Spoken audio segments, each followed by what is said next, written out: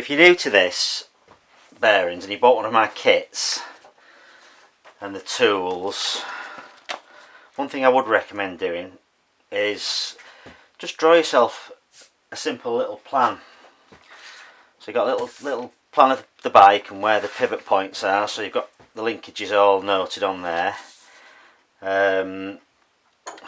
Mark them down on a bit of paper. Then when you remove the linkages, what I would recommend doing, and I used to do this when I first started doing it all, just so I didn't mix up where the bits that was taken off the bike were going. So you've got your DW link that we've taken out now. You've got the lower link, the lower DW link, the upper DW link, and then what I tend to do is put the linkage there. I've cleaned these up as I've been going, so put your what's called the hardware, your bolts and your washers and the like. Put them all together on a sheet of paper, so you've got them marked up with what goes where.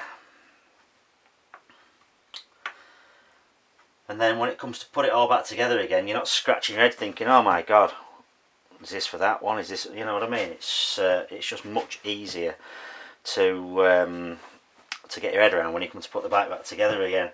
Now, obviously, if you bought the tool, my tool as well, and you bought the bearing kit off me, so you've got, so this particular linkage uses this size bearing, a 6902 bearing goes in there. I'm not asked about removing that seal so that grease can get up through there. I mean, these are designed so that you can use a grease gun, you see, and poke a grease gun in there and squirt grease in, and then it comes into the inside there. But I find that a little bit of a waste of time, to be quite honest with you, because nobody tends to do that, and it just gets gunged full of crap inside there after a period of time anyway, so you're better off just popping the bearings back out and replacing them. But yeah, so now, so when you get to putting your bearings back in again, you've not been able to use your 6902 extractor on here, because I've shown in a previous video that you've got to use a punch to get these out, and even when in instance when they're stuck, you've got to use a blind bearing puller. But quite a straightforward process to put them back in again. I mean, what I do tend to like to do is I like to put an anti-seize compound just on the inside of the housing where the bearing goes.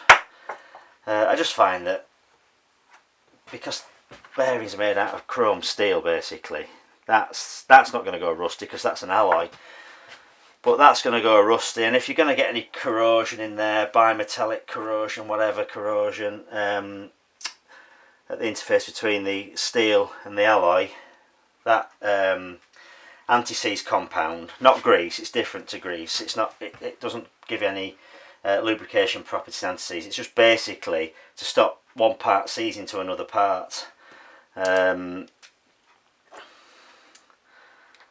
So yeah, so I like to coat that, and then when you get to put that back together again,